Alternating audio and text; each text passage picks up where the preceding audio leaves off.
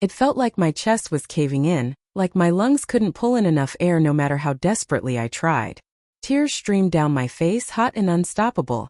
As I sat on the floor of the kitchen clutching my phone. The screen was still lit, the message still there mocking me. Proof. Cold, undeniable proof that the two people I trusted most in this world had betrayed me in the worst way imaginable. But how did it come to this? How did my life, my marriage, everything I thought was stable, unravel so completely? It's hard to pinpoint the exact moment when it all began to crack because looking back I see now it wasn't sudden. No, it was slow like termites eating away at the foundation of a house. Invisible until everything collapses in one catastrophic instant. Her name was Madison. She was my neighbor, my friend, my confidant. When she moved into the house next door 2 years ago, I thought it was fate. She was a little younger than me. A single mother trying to rebuild her life after a bitter divorce. I admired her strength and independence and felt a strange kinship with her. We bonded almost instantly. Madison was beautiful, with her effortless blonde waves and a warm, dazzling smile that made her seem approachable. She had this way of making everyone feel special, like they were the center of her world when she spoke to them. I envied that about her, how she could light up a room without even trying. I didn't see the danger in it. I thought it was harmless. I thought she was harmless.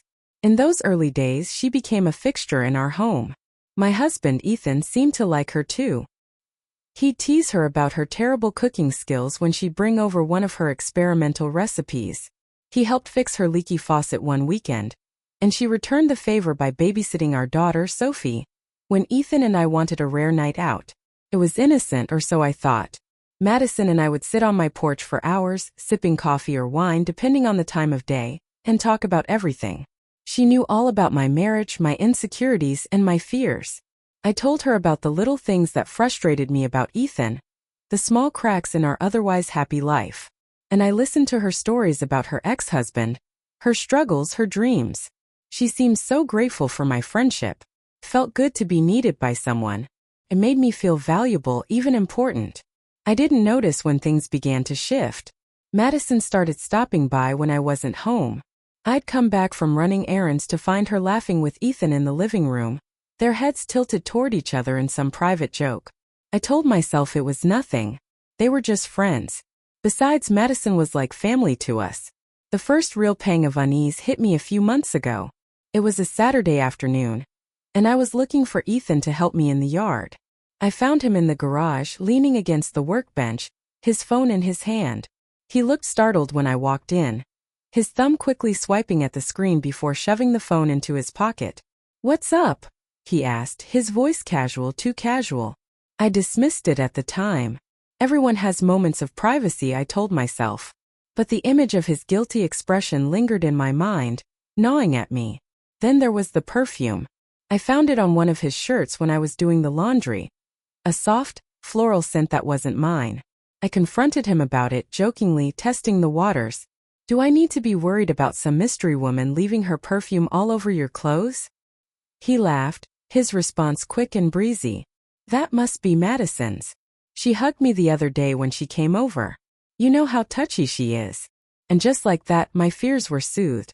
Madison. Of course. She was always hugging people, always invading personal space in that charming way of hers. I felt foolish for even entertaining the thought that something was off. But then there was the text. The one I stumbled upon purely by accident when Ethan left his phone on the counter one night while he showered. The preview lit up the screen. "Can't stop thinking about last night. When can I see you again?" My stomach dropped. My hands trembled as I unlocked the phone, my mind racing with excuses. Maybe it wasn't what it seemed. Maybe it was a misunderstanding. But the thread of messages left no room for doubt. Madison. It was Madison. I don't know how long I stood there, staring at the words that shattered my world. When Ethan came back into the room, I couldn't even look at him. The betrayal felt physical, like a knife twisting in my gut. My knees gave out and I sank to the floor sobbing. "Claire? What's wrong?" His voice was full of concern, the same voice he'd used to comfort me countless times before. But now it felt like a cruel parody. I threw the phone at him, my voice breaking as I screamed, "How could you? How could you?" What followed was a whirlwind of denial, apologies, and excuses. He begged me to let him explain, but what was there to explain? The proof was there in black and white. Madison, my friend, the woman I trusted with my secrets, my family, had been sleeping with my husband. The days that followed were a blur of pain and numbness. I avoided Madison at all costs, ignoring her calls and pretending not to be home when she knocked on the door. Eventually she stopped trying. Maybe she thought she'd won, that I would slink away quietly and let her take over my life. But I didn't. Slowly, painfully, I began to rebuild. I started therapy, found strength in the friends I still had, and threw myself into being the best mother I could be for Sophie. Ethan tried to make amends, but some things can't be forgiven. I filed for divorce and began the long process of untangling our lives. As for Madison, she moved a few months later. I never saw her again, though I heard through the grapevine that her relationship with Ethan didn't last long. It didn't matter. She was out of my life and that was enough. The pain of their betrayal still lingers, like a scar that aches when the weather changes. But it's a reminder too. A reminder that I survived. I found strength I didn't know I had and built a new life from the wreckage they left behind. And for that I'm proud. Life after Madison and Ethan felt like standing in the middle of a battlefield after the war had ended. The air was heavy with the smoke of destruction, and all I could see around me were the ruins of what used to be my life. But the strange thing about ruins is that they don't stay ruins forever. Eventually, life finds its way through the cracks. New growth sprouts, and little by little, something begins to rebuild. That's how it was for me. In the weeks following the confrontation, I lived in a haze. My days were filled with the mechanical motions of survival, getting Sophie to school, going to work, eating just enough to stave off the gnawing hunger. But beneath that surface was a constant, crushing weight. I'd wake up every morning and feel the emptiness beside me where Ethan used to be. I'd pass the porch where Madison and I used to sit and feel a pang of anger so sharp it left me breathless. The silence of the house was deafening. People don't tell you how isolating betrayal is. Friends tried to help, of course. There were the sympathetic texts, the casseroles dropped off at my door, the offers to babysit Sophie so I could have some time to myself. But they didn't understand. How could they? Unless you've lived it, unless you've had the people you trust most rip your heart out and stomp on it, you can't possibly understand. Therapy became my lifeline. First, I resisted. The idea of sitting in a stranger's office, spilling my guts about all the ways my life had gone wrong, felt unbearable. But my friend Leah, one of the few people who stuck by me, insisted. She booked the appointment herself and showed up at my door to drive me there, refusing to take no for an answer. My therapist's name was Dr. Brenner. She was a small woman with sharp, perceptive eyes and a voice so soothing it could have lulled me to sleep. First, I hated her. I hated the way she made me talk about things I wanted to bury. The way she made me confront the messy, painful truth of my life. But over time, I started to see the value in her questions. She didn't just ask me about Ethan and Madison. She asked about me. Who was I before them? What did I want for my life now? They were questions I didn't have answers to, but they planted a seed in my mind. I started journaling, something Dr. Brenner suggested as a way to process my feelings. At first, it was just angry scribbles, venomous letters to Madison and Ethan that I'd never send. But over time, it turned into something more. I wrote about my fears, my hopes, the things I wanted for Sophie and for myself.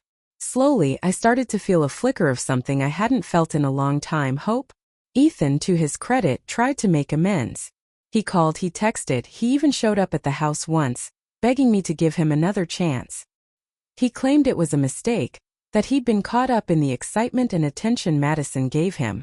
She meant nothing to me, he said, his voice cracking with emotion. I was stupid, Claire. Please don't throw away everything we've built. But I couldn't go back. His words, no matter how sincere, couldn't erase what he'd done. Trust, once broken, is almost impossible to repair. And deep down, I knew that even if we tried, I'd never be able to look at him the same way again. So I told him no. It was one of the hardest things I've ever done, but it was also one of the most empowering. For the first time in years, I was choosing myself. Sophie had questions, of course. At 8 years old, she didn't fully understand what was happening, but she knew something was wrong. Why isn't Daddy here? She asked one night as I tucked her into bed. Her big brown eyes, so much like Ethan's, were full of confusion and sadness. I didn't have the heart to tell her the full truth, so I kept it simple. Daddy and I are taking some time apart, I said gently. But we both love you very much. That will never change. It wasn't enough to satisfy her, but it was all I could give. Over time, as she grew older, I knew I'd have to tell her more. But for now, I focused on keeping her world as stable as possible. Madison, meanwhile, disappeared from my life entirely. After a few half-hearted attempts to reach out, she seemed to realize that she wasn't welcome anymore. I saw her one last time months after it all came to light. She was at the grocery store, standing in the produce aisle with her cart. When she saw me, her face turned red, and she quickly looked away, pretending to examine a head of lettuce. I could have confronted her, could have let out all the anger and pain that still bubbled inside me. But I didn't. She wasn't worth it. Instead, I focused on rebuilding. I redecorated the house, turning it into a space that felt like mine, not ours. I joined a book club, something I'd always wanted to do but never found the time for. I reconnected with old friends, people I'd drifted away from during the years I was consumed with being a wife and mother. And slowly, day by day, I started to feel like myself again, or maybe a new version of myself, one that was stronger and wiser. One evening, as I was sitting on the porch with a glass of wine, watching the sun set over the neighborhood, I felt something I hadn't felt in a long time: peace. The pain of what happened was still there like a faint scar, but it didn't consume me anymore. I had survived the betrayal, the heartbreak, the anger. And in surviving, I had found a new sense of clarity about who I was and what I wanted from life. I didn't know what the future held, but for the first time in years I was okay with that. I didn't need to have all the answers. All I needed was the knowledge that I could face whatever came next, and that no one, not Ethan, not Madison, could ever take away my strength again. As the months turned into a year, my life began to take on a new rhythm. There were still moments of sadness, of course, triggers that brought back the pain with a sharpness that caught me off guard. A certain song on the radio, the scent of Ethan's cologne wafting from a stranger, or even a fleeting memory of Madison's laugh would send me spiraling for a moment. But those moments became less frequent, less overwhelming. They no longer defined my days. Sophie was my anchor through it all. Watching her grow, laugh, and thrive despite everything gave me purpose when I felt like I had none. I threw myself into being the best mother I could be, not out of guilt or obligation, but because she deserved stability, love, and joy. She deserved a mother who could show her that even in the face of heartbreak, life goes on. One unexpected side effect of my rebuilding process was discovering how much I'd neglected myself during my marriage. I'd poured so much of my energy into being a wife and a mother that I'd forgotten who I was outside of those roles. Dr. Brenner's words echoed in my mind. Who are you without them? It wasn't an easy question to answer, but I was determined to find out. I signed up for a painting class at a local community center, something I'd always wanted to try but never had the courage or time for. On the first day, I walked into the studio feeling nervous and out of place. Everyone else seemed so confident, their canvases already splashed with bold, vibrant colors, while I stood there clutching my brush, unsure where to begin. But as the weeks went by, I found myself losing track of time in the swirl of colors and textures. Painting became an outlet for all the emotions I couldn't put into words. Anger, sadness, hope, and even joy. It didn't matter that I wasn't very good at it. What mattered was how it made me feel. Through painting, I met a woman named Beth, who quickly became one of my closest friends. She was a widow in her 40s with a sharp wit and a no-nonsense attitude that I admired. Beth had her own scars, her own story of loss and survival, and we bonded over our shared resilience. She became my partner in rediscovery, dragging me to yoga classes, farmers markets, and even the occasional speed dating event, when she thought I needed to get back out there. Dating was something I hadn't even considered since my marriage ended. The thought of opening myself up to someone new, of risking my heart again, felt terrifying.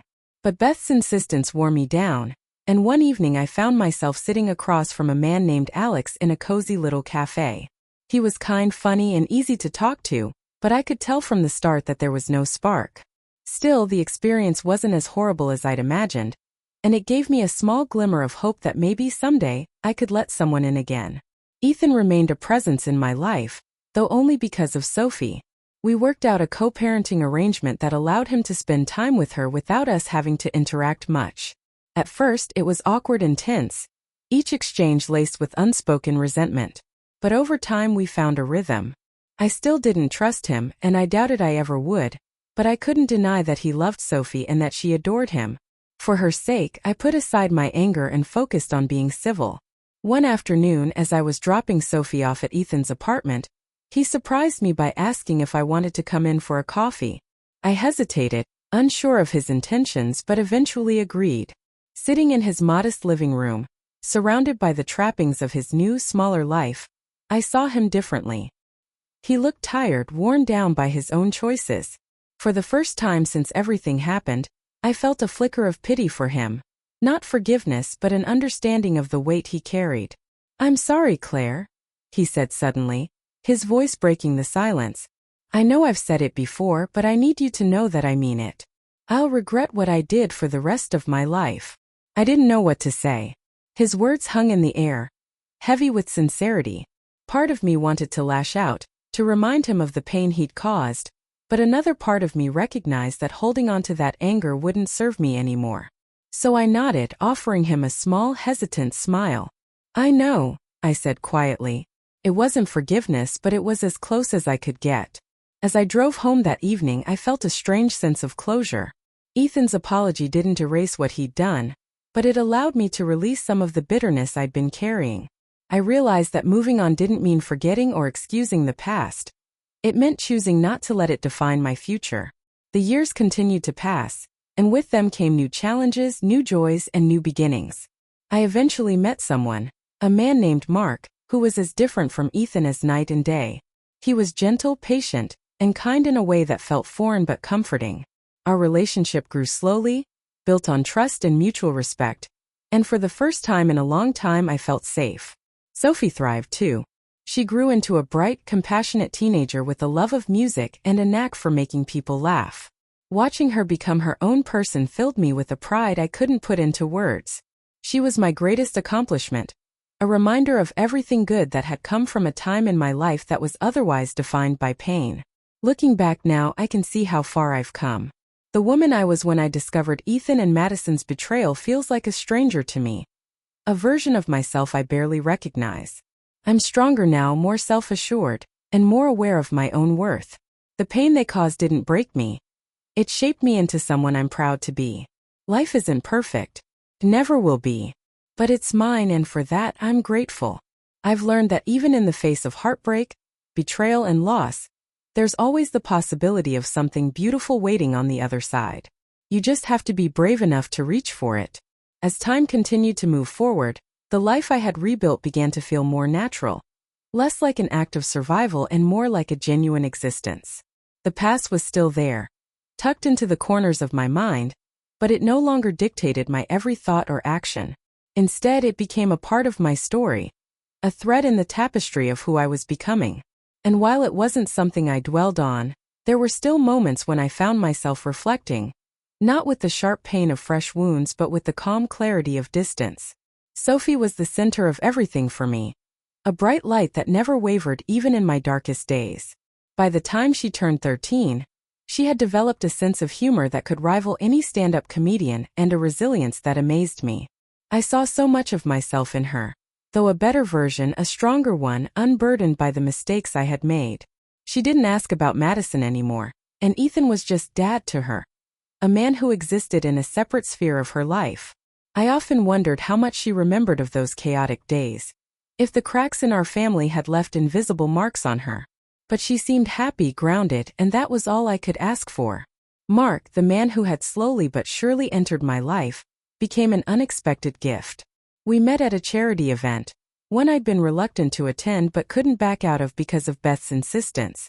Mark was quiet, the kind of man who didn't need to fill silences with noise. He had an easy smile and a steadiness about him that I found comforting. First, I was hesitant. Letting someone new into my world, especially one that now felt so fragile and carefully constructed, seemed like a risk I wasn't sure I was ready to take. But Mark was patient. He didn't push or demand. He simply showed up time and time again, proving that he was someone I could rely on. Our relationship was nothing like what I'd had with Ethan. With Mark, there was no rush, no pressure to fit into predefined roles. We were simply two people learning to navigate each other's lives, taking it one step at a time. He adored Sophie, treating her with the kind of respect and kindness that made my heart ache in the best way. Watching the two of them together, laughing over a board game, or him helping her with a school project, was something I hadn't realized I'd been missing. It wasn't that he was trying to replace Ethan. He was simply adding to the love and stability Sophie already had. Ethan remained a part of our lives, though our interactions were now limited to logistical exchanges about Sophie's schedule. He seemed to accept that our chapter as husband and wife was firmly closed, though there were moments when I caught a hint of regret in his eyes, a lingering sadness that he couldn't quite hide. I wondered if he ever truly understood the depth of what he had lost, not just me but the version of us that had once existed. But that was his burden to carry, not mine. My responsibility was to Sophie and to the life I was building now. The first time Mark told me he loved me, we were sitting in the backyard of my house, the same house I'd once thought I could never call home again after everything that had happened. It was a warm summer evening, the kind where the air feels thick with possibility. Sophie was inside, FaceTiming a friend, her laughter spilling out through the open window. Mark and I sat side by side on the patio furniture, the glow of the string lights casting a soft light over us. He reached for my hand, his touch steady, and said it as simply as if he were commenting on the weather. "I love you, Claire." The words hung in the air, and for a moment I couldn't breathe. Not because I didn't feel the same, but because it had been so long since I'd heard those words and believed them. With Ethan, those words had become empty, a routine part of our conversations that held no real meaning. But with Mark they felt different, earned, genuine. Tears filled my eyes as I whispered the words back, and for the first time in years, I felt like I could truly open my heart again. Mark and I didn't rush into marriage, though Sophie teased us about it often. "When are you going to make him official, Mom?" she'd say with a smirk, her tone light but her eyes hopeful. I'd laugh it off, telling her that some things didn't need to be rushed. But deep down I knew she was right. Mark had become more than a partner to me. He was family. When the day finally came, it was quiet and simple, just the way we wanted it. We exchanged vows in a small garden with Sophie standing beside me as my maid of honor. Ethan attended, sitting in the back row, his expression unreadable but supportive. It felt surreal to have him there, a reminder of the past as I stepped fully into my future. But in that moment I felt nothing but gratitude, for the lessons, the pain, and the strength I'd gained along the way. Life after that was not without its challenges, of course. Blending a new family is never easy, and there were moments when Sophie and Mark clashed, or when my insecurities threatened to creep back in. But we faced those challenges together, with honesty and love. Mark never tried to replace Ethan, and Ethan, to his credit, respected the boundaries we had set. It wasn't perfect, but it worked. As I sit here now writing this, I can't help but marvel at how far I've come. The woman who sat on that kitchen floor, clutching her phone and screaming through her tears, feels like a distant memory. I'll never forget what happened, how could I? But I no longer carry it like a weight around my neck. Instead, it's become a part of my story, a reminder of what I've endured and how much I've grown. Sophie is in college now, pursuing her dream of becoming a journalist. Watching her step into her own life, confident and fearless, fills me with a pride that's almost overwhelming. She's the best part of everything I've done, the proof that even in the darkest times, something beautiful can emerge. Mark and I still sit on that porch, watching the sunsets and talking about our days. Sometimes we don't even need words. The comfort of his presence is enough. The future is still uncertain, but for the first time in a long time that doesn't scare me. I've learned that I can face whatever comes my way, that I'm stronger than I ever believed. And most importantly, I've learned that even after betrayal and heartbreak, love, real, honest, and unshakable love, is still possible. As the years continued to unfold, the life I had carefully rebuilt became not just a new chapter but an entirely new book. The pain that once defined me had softened into a distant hum, a scar that no longer hurt when touched but served as a reminder of what I had overcome. It wasn't that I forgot what had happened. It's impossible to forget something that shakes the foundation of your world, but I learned how to live alongside it, to let it be part of my story without letting it control me. Sophie thrived in college, blossoming into a young woman I barely recognized but couldn't be prouder of. She was determined, intelligent, and fiercely independent. We spoke almost every day, though her calls grew shorter as she immersed herself in her new world of classes, internships, and friends.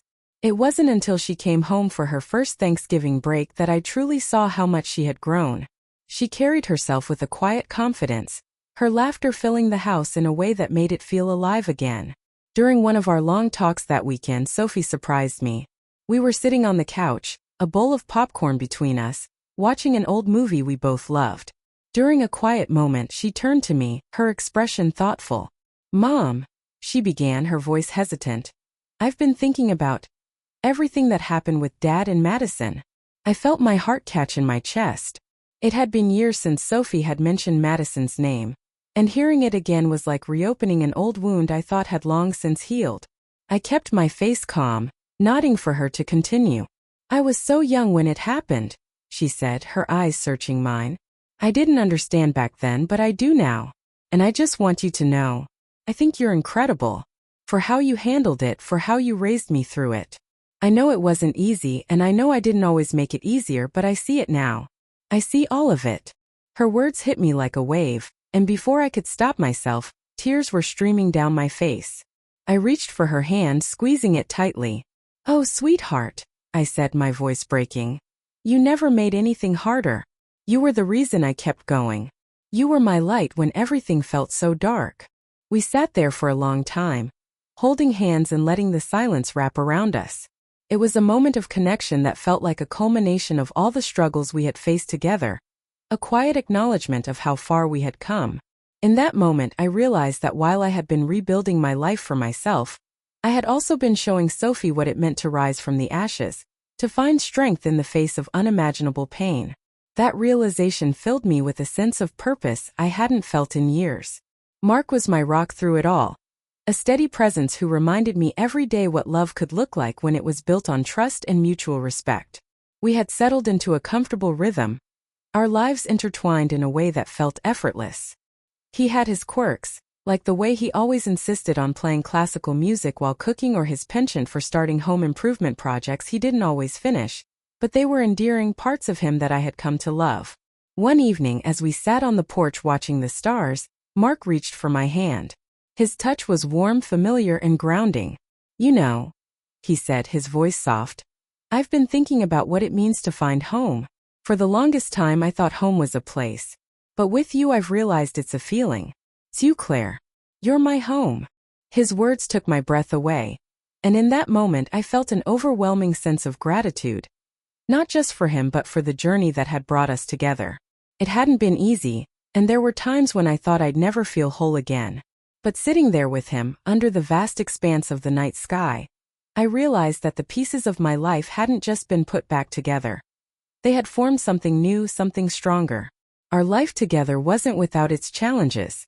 Blending families, navigating the complexities of past relationships, and balancing our individual needs with the life we were building together required constant effort.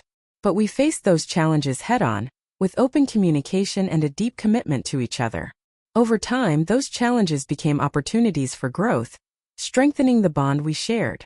Ethan remained a part of Sophie's life, and while our interactions were still limited to co-parenting matters, the tension that had once defined our relationship began to fade. There was no animosity anymore, just a quiet understanding that we had both moved on. Occasionally, I would catch glimpses of the man I had once loved in the way he interacted with Sophie, his patience when helping her with a problem, his pride in her accomplishments, and it reminded me that not everything about our past was bad. There were good moments too, and those were the ones I chose to hold on to. As the years passed, my life continued to evolve. Sophie graduated from college, launching a career as a journalist that took her to cities I'd only ever dreamed of visiting. Watching her chase her dreams filled me with a pride that was almost overwhelming. She called often, sharing stories of her adventures and challenges, and every time we spoke, I was reminded of just how incredible she was. She had grown into a woman who was unafraid to take risks, to stand up for herself, and to create the life she wanted. A testament to the strength I had always seen in her. Mark and I eventually retired, trading the hustle and bustle of our careers for quieter days spent traveling, gardening, and simply enjoying each other's company. We discovered new hobbies together: hiking, birdwatching, even trying our hand at making homemade wine. And those shared experiences became some of the happiest moments of my life. Looking back now, I see my journey as a testament to resilience.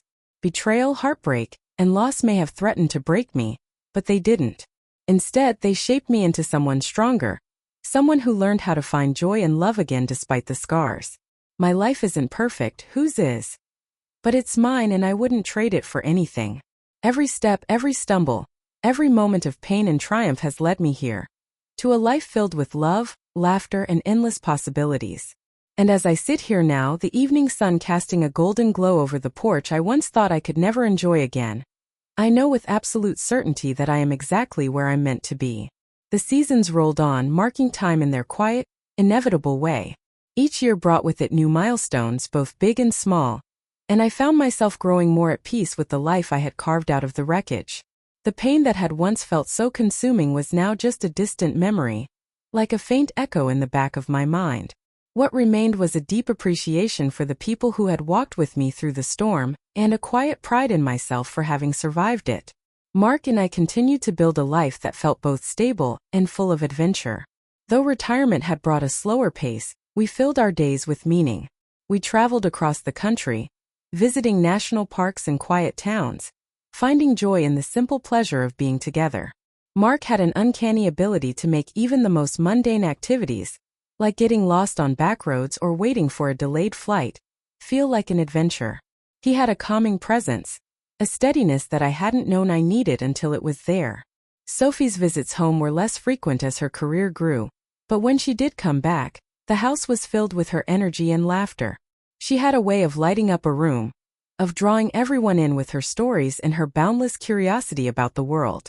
It was during one of these visits, as we sat around the dinner table, that she made an announcement that caught me completely off guard. "I'm thinking about writing a book," she said, her voice casual, but her eyes alight with excitement. "A book?" I asked, my fork paused midway to my mouth. "What kind of book?"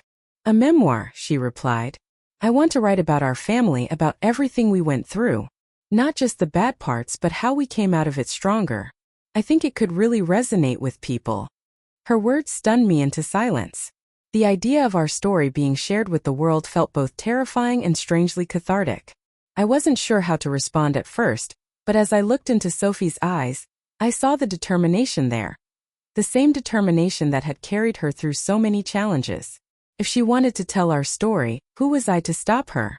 "I think it's a wonderful idea," Mark chimed in, his voice warm and encouraging. "People need to hear stories like ours. It might help someone going through their own struggles." Sophie beamed at him and then at me. "I was hoping you'd say that," she said. "But I want to make sure you're okay with it, Mom. I'll only do this if you're comfortable."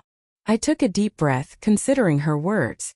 The idea of revisiting those painful memories, of putting them into words for others to read, felt daunting. But at the same time, I realized that those memories no longer held the power they once did. They were part of my past, but they didn't define me anymore.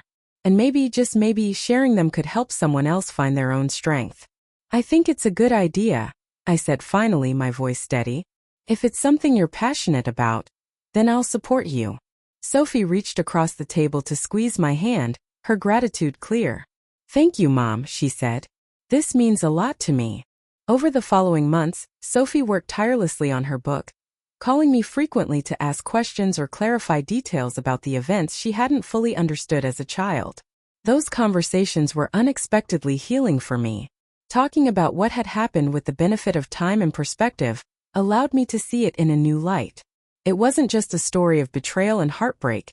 It was a story of resilience, of love, and of finding a way forward when everything seemed lost. When the book was finally published, it received a wave of attention that neither of us had anticipated. Readers reached out to Sophie, sharing their own stories of overcoming betrayal and loss, thanking her for putting into words the emotions they hadn't been able to articulate. Seeing how much the book resonated with people filled me with a sense of purpose. Our pain hadn't been for nothing. It had become something bigger than us, something that could help others. As life continued, I found myself embracing new roles I hadn't expected. Sophie got married a few years after her book was published, and I stepped into the role of mother of the bride with a mix of excitement and nostalgia. Watching her walk down the aisle radiant and confident was one of the proudest moments of my life. It was a reminder of how far we had both come, of the strength and love that had carried us through even the darkest times. Not long after, Sophie and her husband welcomed a baby girl into the world, making me a grandmother for the first time. Holding that tiny, perfect bundle in my arms, I felt a wave of love so profound it brought tears to my eyes. She had Sophie's bright eyes and a quiet, curious nature that reminded me of the early days of motherhood.